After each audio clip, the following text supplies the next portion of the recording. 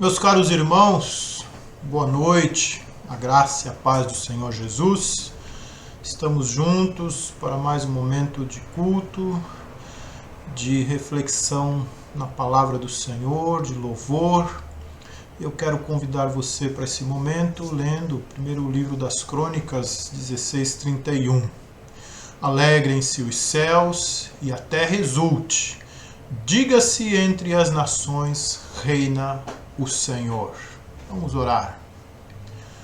Pai, nós te louvamos, Senhor, por mais um momento em que podemos nos juntar para orarmos juntos, para cantarmos louvores ao teu nome e para buscarmos, ó Deus, instrução, orientação, consolo, paz, esperança na tua palavra, Senhor.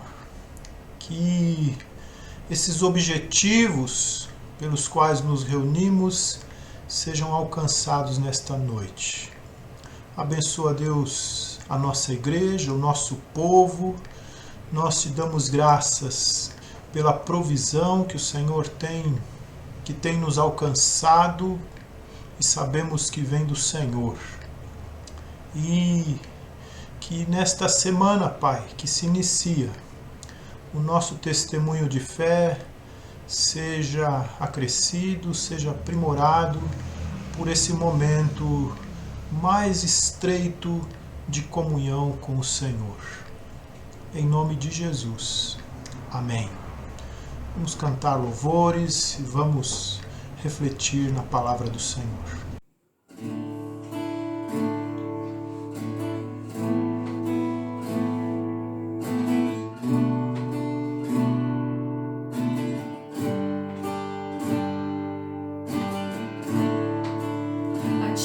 Eu vou clamar,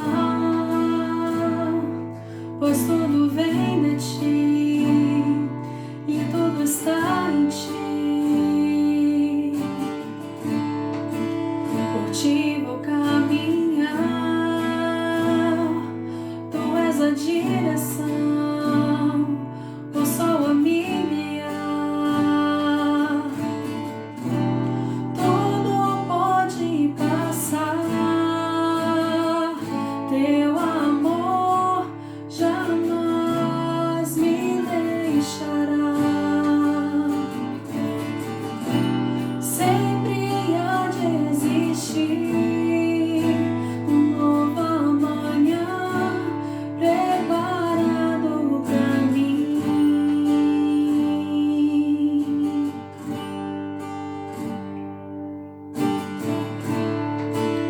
A ti eu vou clamar,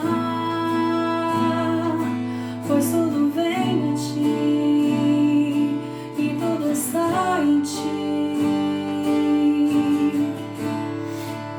Por ti vou caminhar,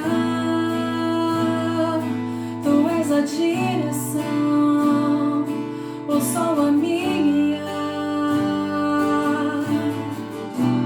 Tudo pode passar, teu amor jamais me deixará. Sempre há de existir um novo amanhã preparado pra mim.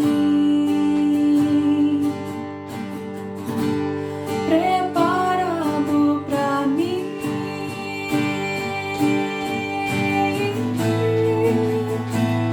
Eu me rendo aos teus pés, és tudo que preciso pra viver.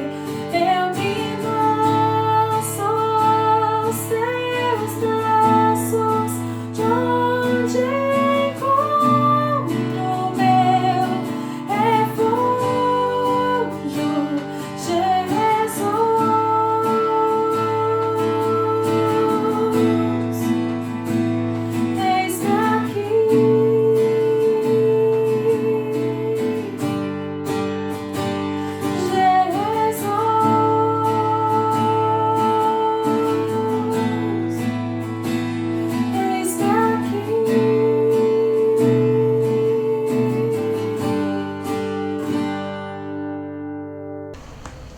Nesta noite eu gostaria de pensar com você sobre o tema: o que significa me conhecer?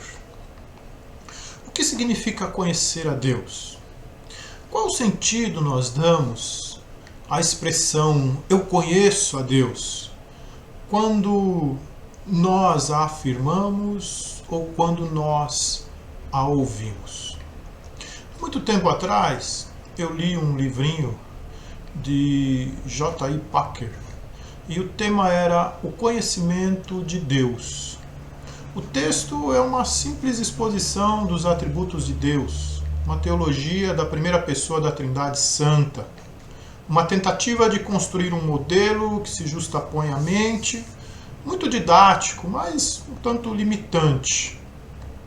O significado de conhecer Deus vai muito além de saber sistematicamente quais são os seus atributos. Você pode ler, meditar e mentalizar um compêndio de teologia sistemática sobre os atributos de Deus, memorizar todos aqueles atributos, mas conhecer de fato Deus vai muito além desse exercício cognitivo, intelectual. A Bíblia nos apresenta várias histórias de homens que de alguma forma conheceram a Deus mais profundamente.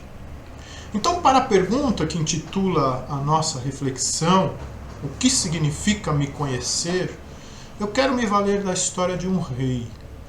A história do rei Josias, que é uma das exceções na história dos reis de Judá, no período entre a divisão do reino até o cativeiro babilônico. Dos 20 reis que reinaram nesse tempo em Judá, poucos conheceram a Deus. E dentre eles, Josias, que foi o último. Os demais foram Asa, Josafá e Ezequias. A história de Josias está registrada nos capítulos 22 e 23 do segundo livro dos reis. Segundo Jeremias, o profeta, Josias conheceu a Deus. Guarde bem essa afirmação. Mais adiante nós vamos voltar nela. Segundo Jeremias, Josias conheceu a Deus. Josias tinha apenas 8 anos de idade quando começou a reinar em Jerusalém. Ele começou seu reinado muito cedo porque seu pai Amon fora vítima de uma conspiração. Os seus servos o mataram dentro de sua própria casa, mas o povo de Judá não permitiu que esses servos assumissem o poder e rompessem com a dinastia de Davi. Eles, o povo, eles mataram os conspiradores e deram a Josias o direito do trono de Judá. Cumpre-se aqui uma profecia anunciada no capítulo 13 do primeiro livro dos reis, cerca de 300 anos antes desse fato, de Josias assumir o reinado.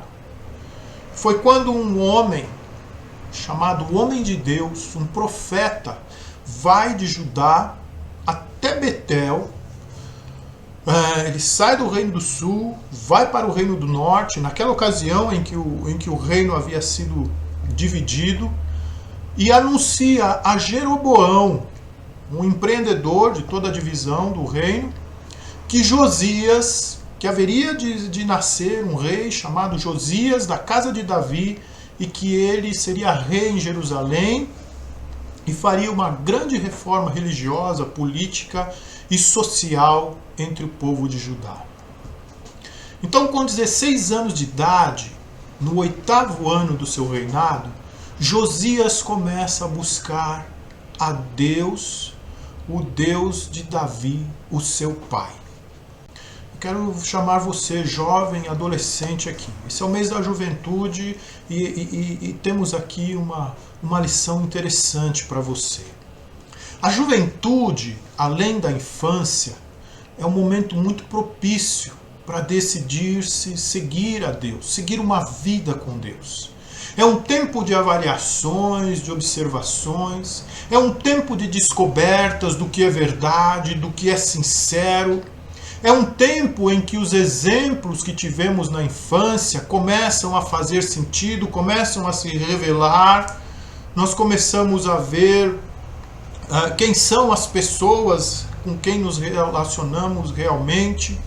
Aquele romantismo dos heróis da infância, ele começa a ir embora. A realidade começa a se expor para nós. E Josias, então, ele faz uma observação da sua história. Certamente teve algum sacerdote, algum homem de Deus que o orientou, mas ele tem essa iniciativa. Ele olha para a sua história e ele faz uma decisão inteligente, uma decisão sábia, uma decisão feliz. Ele olhou para o Deus de seu pai, Davi.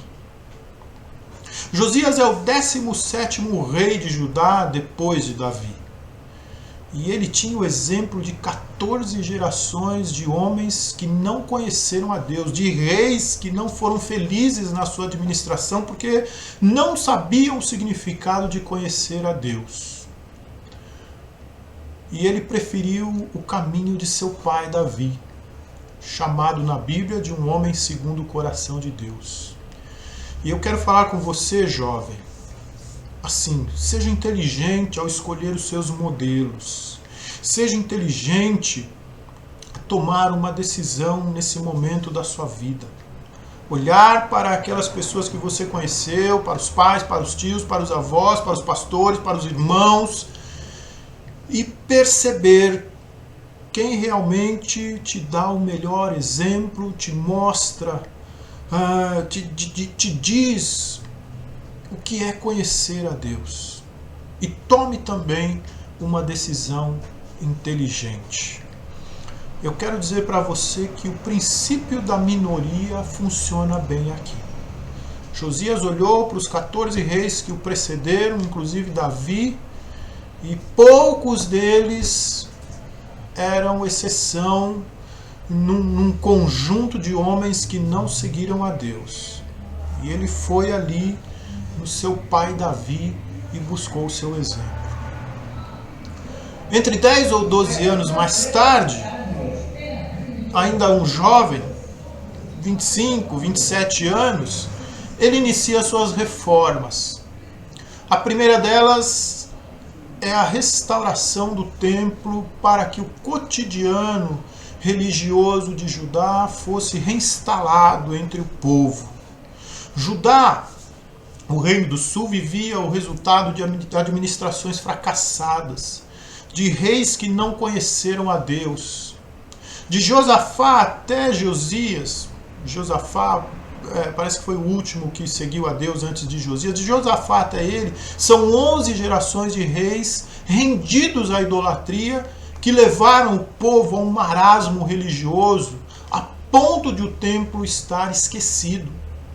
Estava lá, imagino que estava lá todo bagunçado, tudo quebrado, tudo caído, não tinham cortinas, as paredes todas descascadas. O texto parece mostrar que não tinha condições do templo ser usado. Mas Josias tem uma iniciativa muito generosa e liberal, na qual ele não poupou recursos humanos e dinheiro para fazer aquele trabalho de restauração do templo do Senhor. O rei direcionou um montante generoso para que fosse entregue nas mãos dos dirigentes das obras, para que pagassem os trabalhadores e comprassem todo o material necessário para a restauração. E o texto nos diz assim: porém, não se pediu conta do dinheiro que lhes entregara nas mãos, porquanto procediam com fidelidade. É interessante esse texto, ele me chamou a atenção. Porém, não se pediu conta do dinheiro que se lhes entregara nas mãos, porquanto procediam com fidelidade. Josias pegou todo o montante que era oferta do templo, entregou na mão dos homens que cuidaram, iam daquela restauração, e falou: olha, façam o que tem que ser feito com toda a confiança, porque aqueles homens agiam com fidelidade. Apesar dos caminhos tortuosos dos reis anteriores, que deveriam dar exemplo de justiça e honestidade em Judá, ali naquele lugar ainda havia homens que não se corrompiam, homens que não se corromperam, trabalhadores dignos de confiança para quem o rei poderia entregar o dinheiro, que eles dariam o destino correto, o destino certo, fariam bom uso daqueles recursos que eram designados para a casa de Deus, que eram fruto também do trabalho das pessoas. Homens que não se dobravam aos maus exemplos de seus líderes corruptos. Eram homens comprometidos com Deus e não se vendiam a preço algum. Nós vivemos num país de líderes corruptos, infelizmente, de péssimos exemplos no trato com o dinheiro público. Ao menos é o que aparece nos noticiários todo dia. E pelos resultados nós percebemos bem que é verdade. Mas não seguimos esses exemplos, porque o nosso compromisso é com Deus. Aqueles que sabem o que significa conhecer a Deus não se corrompem por preço algum. Homens que conhecem a Deus, de fato, não têm preço. Diz por aí que todo homem tem o seu preço. Eu não creio nessa conversa. Se teu compromisso é com Deus, saiba e viva essa verdade. Você não tem preço. Você não se corrompe. Não pode ser corrompido. Paulo orienta Timóteo assim: aparte-se da injustiça todo aquele que professa o nome do Senhor. No decorrer dos trabalhos de restauração do templo, um livro foi encontrado, provavelmente o Deuteronômio. A lei depois do deserto, a lei para entrar, para a entrada e estabilização na terra da promessa.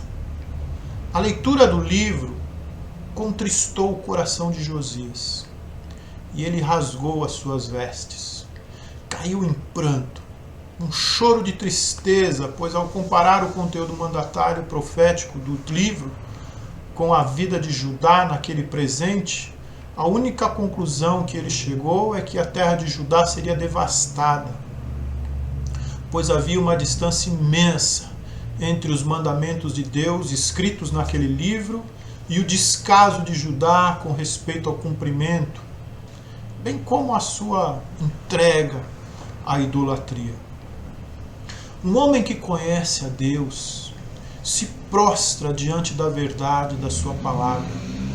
Ele não duvida nem desdenha, mas se entristece profundamente em ver uma geração perdida para a idolatria e para a desolação que isso causará.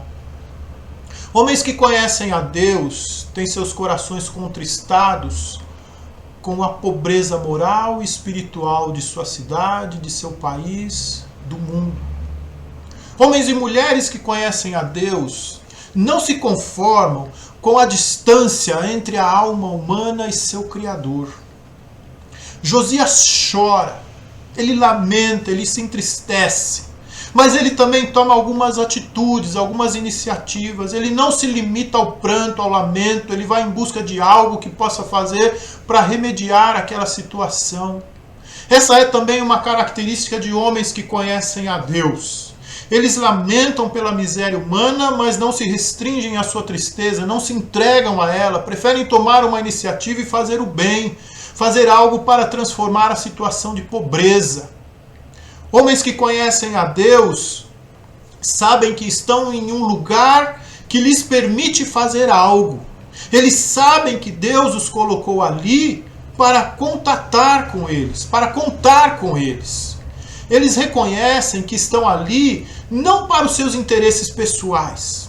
Inclusive, esses eles entregam para Deus, mas têm profunda convicção de que foram chamados para atender a causa da viúva, do órfão, do estrangeiro, foram chamados para conduzir o povo a Deus. Diz o texto assim: Ele te declarou, ó homem, o que é bom e que é que o Senhor pede de ti. Que pratiques a justiça, ames a misericórdia e andes humildemente com o teu Deus. Onde você está? Onde você está agora? O que você vai fazer com esse lugar onde Deus te colocou? Você não sabe? Você não sabe? Então, eu quero orientar você. Junte-se a uma comunidade de fé. Procure um homem de Deus em quem você pode confiar e peça orientação de Deus para agir. Deus vai te responder. Sabe por quê? Espírito quebrantado, coração compungido e contrito jamais desprezará o Senhor. Diz assim o Salmo 51:17. Talvez seja difícil acreditar nisso. Onde eu vou encontrar um homem de Deus em quem eu possa confiar e que através dele Deus vai dizer o que eu posso fazer? Talvez seja difícil acreditar nisso. Mas a prova de que há homens de Deus, há homens que conhecem a Deus nesse mundo, é que não fomos destruídos. Quando os homens e mulheres de Deus do mundo, de Deus não existirem mais, a humanidade será destruída. Se você conhece a Bíblia, e se não conhece, eu digo para que você procure conhecê-la, você vai ver que alguns episódios da história bíblica nos mostram essa verdade. Esse estereótipo, religiosos são todos gananciosos e aproveitadores, deve ser questionado. Deve ser colocado em xeque. Essa semana você ouviu a história de um padre e também a de um pastor que vão imprimindo na mente do povo um estereótipo. Mas esse estereótipo não pode ditar a tua conformidade. Para todo estereótipo existe uma contrapartida, tenha certeza disso. Procure e você vai achar. Peça a Deus e Ele vai te mostrar um homem e uma mulher com o coração entregue totalmente a Deus, que pode te ajudar a transpor o seu lugar de lamento e agir em prol do reino de Deus, em prol da causa da viúva, do órfão, do estrangeiro, em prol da necessidade de levar pessoas pelos caminhos de Deus. Josias procurou uma mulher comprometida com Deus, uma profetisa que poderia ajudá-lo a transpor o seu lamento e agir. Hulda, a profetisa, então lhe enviou a seguinte mensagem: trarei desgraça para sobre esta cidade e sobre os seus habitantes. Então aqui Hulda está falando do cativeiro babilônico. Ele virá ajudar, não tem conversa, Deus já decidiu isso. Todas as palavras escritas no livro que o rei de Judá leu se cumprirão. Provavelmente ele lia o capítulo 28 de Deuteronômio, se eu não me engano.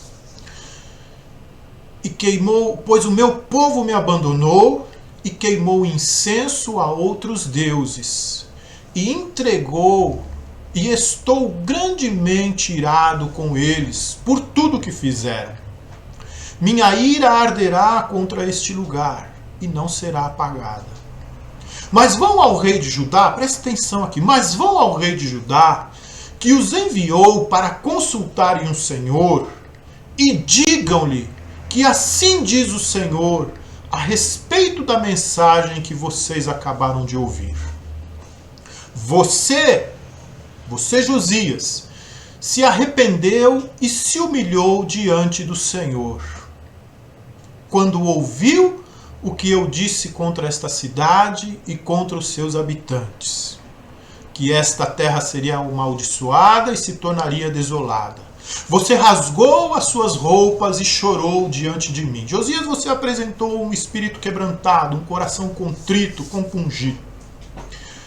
Eu certamente o ouvi, diz o Senhor.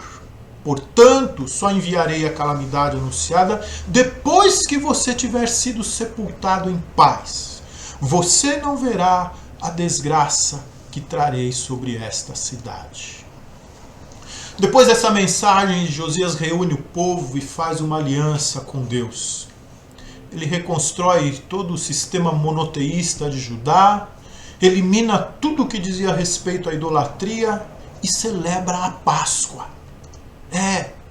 Uma celebração que aquela geração não conhecia, não sabia o que era. Josias ensina a eles e celebra com eles. O que ele faz com isso é nada mais do que resgatar a identidade do povo de Judá.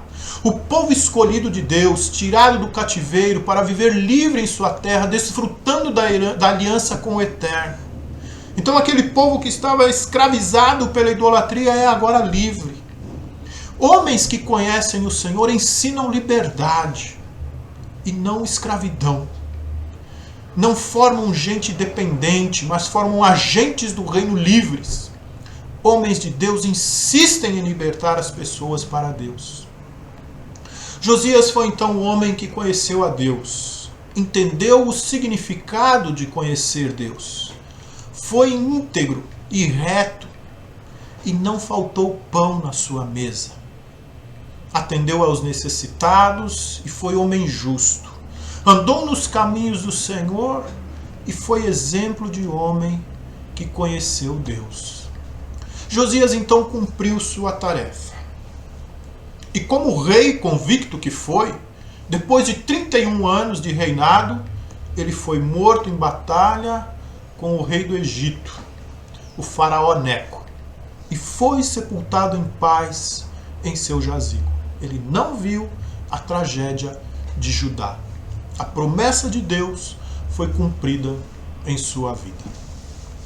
Esse mesmo faraó com quem Josias guerreou e foi morto por ter ganho a batalha e vencido pela morte do rei de Judá, constituiu o rei a Jeoaquim. Jeoaquim, agora filho de Josias, paga um tributo imenso ao rei do Egito, ao faraó Neco, e ele faz isso às custas de um grande arroxo no povo, tirando toda a sua economia para saciar a fome e a ganância do rei do Egito e poder então governar Judá. Jeoaquim, o filho de Josias, foi um homem que não seguiu os passos de seu pai. Ele não teve a inteligência do jovem Josias, que preferiu o exemplo de Davi, mas preferiu andar em caminhos tortuosos. Se rendeu ao estereótipo e reinou sem conhecer a Deus. Temos essa história na Bíblia que nos sugere várias reflexões para os dias que vivemos. E eu quero aqui caminhar com você para o final em uma dessas reflexões. No início, eu falei que, segundo Jeremias, Josias conheceu a Deus. Na verdade, não foi Jeremias que fez tal afirmação, mas o próprio Deus através do profeta, através de Jeremias, quando este exorta exatamente Jeoaquim, o filho de Josias, que agora reina em Judá. Jeremias diz assim para o filho de Josias, que não seguiu o exemplo de seu pai: que aflição espera Jeoaquim? Veja que a profecia para Josias era de paz. Ele não veria a destruição de Jerusalém. Mas a profecia para Jeoaquim é bem diferente. Que aflição espera Jeoaquim, que edifica seu palácio de forma desonesta, constrói suas paredes com injustiça, pois obriga gente do seu povo a trabalhar sem pagar salário. Vai percebendo as contradições. diz: construirei para mim um palácio magnífico, com salas espaçosas e muitas janelas. Revestirei tudo com painéis de cedro e pintarei de vermelho vívido. Mas um belo palácio de cedro não faz um grande rei. Josias, seu pai, também tinha muita comida e bebida, mas em tudo o que fazia era justo e íntegro. Por isso tudo deu certo para ele. Fez justiça ao pobre e ao necessitado e os ajudou. E tudo lhe correu bem. Não é isso que significa me conhecer, diz o Senhor. Quem conhece o Senhor? Quem conhece o Senhor? Não é isso que significa me conhecer? Josias, seu pai, tinha muita comida e bebida, mas em tudo o que fazia era justo e íntegro, por isso tudo deu certo para ele. Fez justiça ao pobre e ao necessitado e os ajudou, e tudo lhe correu bem. Não é isso que significa me conhecer? Diz o Senhor. Você, porém, só tem olhos para a cobiça e a desonestidade. Derrama sangue inocente e reina com crueldade e opressão. Portanto, assim diz o Senhor acerca de Joaquim, filho de Josias, rei de Judá. E o que tem aí no restante da profecia significa o que é não conhecer o Senhor. Depois você lê com calma o restante da profecia para Joaquim. Qual é a grande paga dos corruptos? Eles não conhecem a Deus. Eles não sabem o que é conhecer o Senhor. Eles não sabem o significado do que é me conhecer. Aquele que diz conhecer a Deus, mas precisa ter medo do fraco e do oprimido, que encolhe a mão para não servi-lo, que fecha a porta da sua casa para que ele não entre, que tem medo de que ele impeça que o pão venha à sua mesa. Esse não conhece a Deus. Esse não tem ideia do que é a provisão do Pai. Você que olha para o pão da tua mesa, maquinando a próxima artimanha contra alguém, para que não te falte o pão, você não conhece o Senhor. Você não sabe o que significa conhecer a Deus.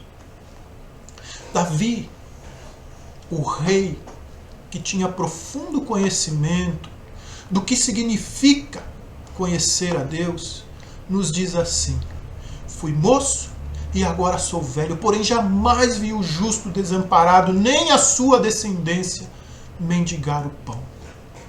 Mas você que constrói o teu patrimônio com dinheiro público, com mão de obra escrava, com lucro indevido, você não sabe o que significa conhecer a Deus. Você que tem medo da falta e que faz qualquer coisa indevida para aplacar o teu medo, você não sabe o que significa conhecer a Deus.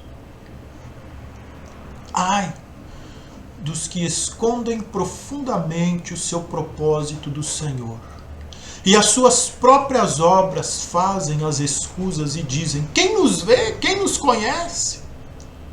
Você não conhece a Deus, mas Ele conhece a medida dos teus pensamentos. E Paulo ainda diz assim a Timóteo: entretanto, o firme fundamento de Deus permanece, tendo este selo: o Senhor conhece os que lhe pertencem. E mais, aparte-se da injustiça todo aquele que professa o nome do Senhor. Quem tem ouvidos para ouvir, ouça. Quem conhece o Senhor? Quem não conhece o Senhor? Josias conheceu o Senhor, homem de coração quebrantado, que teve sua mesa suprida pelo Senhor, enquanto dirigia o povo para perto de Deus e fazia justiça ao pobre e ao necessitado. e tudo lhe correu bem. Esse é um significado do que é conhecer Deus. Joaquim não conheceu o Senhor. Enquanto construiu seu castelo à custa da exploração dos pequeninos, derramando sangue inocente, sofreu com medo constante da falta. E foi considerado por Deus vaso quebrado para ser jogado fora. E a profecia diz que ele seria enterrado como um jumento esquecido. Isso significa não conhecer Deus. Então, o desafio para esta noite é: busque insistentemente o significado de conhecer a Deus. Olhando para a exortação de Jeremias ao rei Joaquim, mas observando os detalhes da menção feita sobre Josias. Um homem que conheceu Deus através da justiça que ele promoveu em seu ambiente social, religioso e político. Através do desprendimento, tendo abundância em sua casa, sem qualquer receio de que alguém, por ser diferente dele em sua condição étnica ou econômica, tiraria dele o seu pão. Um homem que confiou na fidelidade de Deus e viveu seguro nela. Isso vai muito além de um conhecimento teórico e sistemático dos atributos de Deus. Eu encerro com o Salmo de Davi. Quem subirá ao monte do Senhor? Quem há de permanecer no seu santo lugar? O que é limpo de mãos e puro de coração, que não entrega sua alma à falsidade nem jura dolosamente. Este obterá do Senhor a bênção e a justiça do Deus da sua salvação. Salmo 24, 3 a 5. Eu quero orar com você.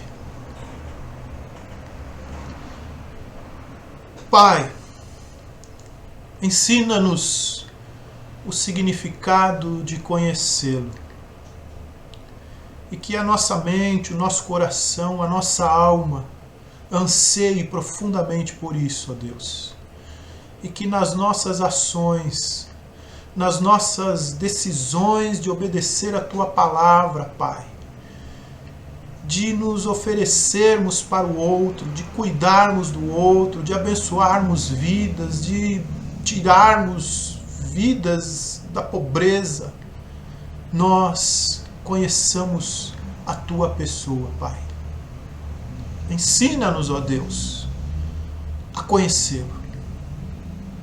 E nessa noite, Pai, que a Tua graça, o Teu amor e as consolações do Teu Espírito estejam sobre as nossas vidas, hoje e para todo sempre. Amém. Uma semana muito abençoada, uma semana de profundo entendimento do significado de conhecer a Deus. Fica na paz de Jesus.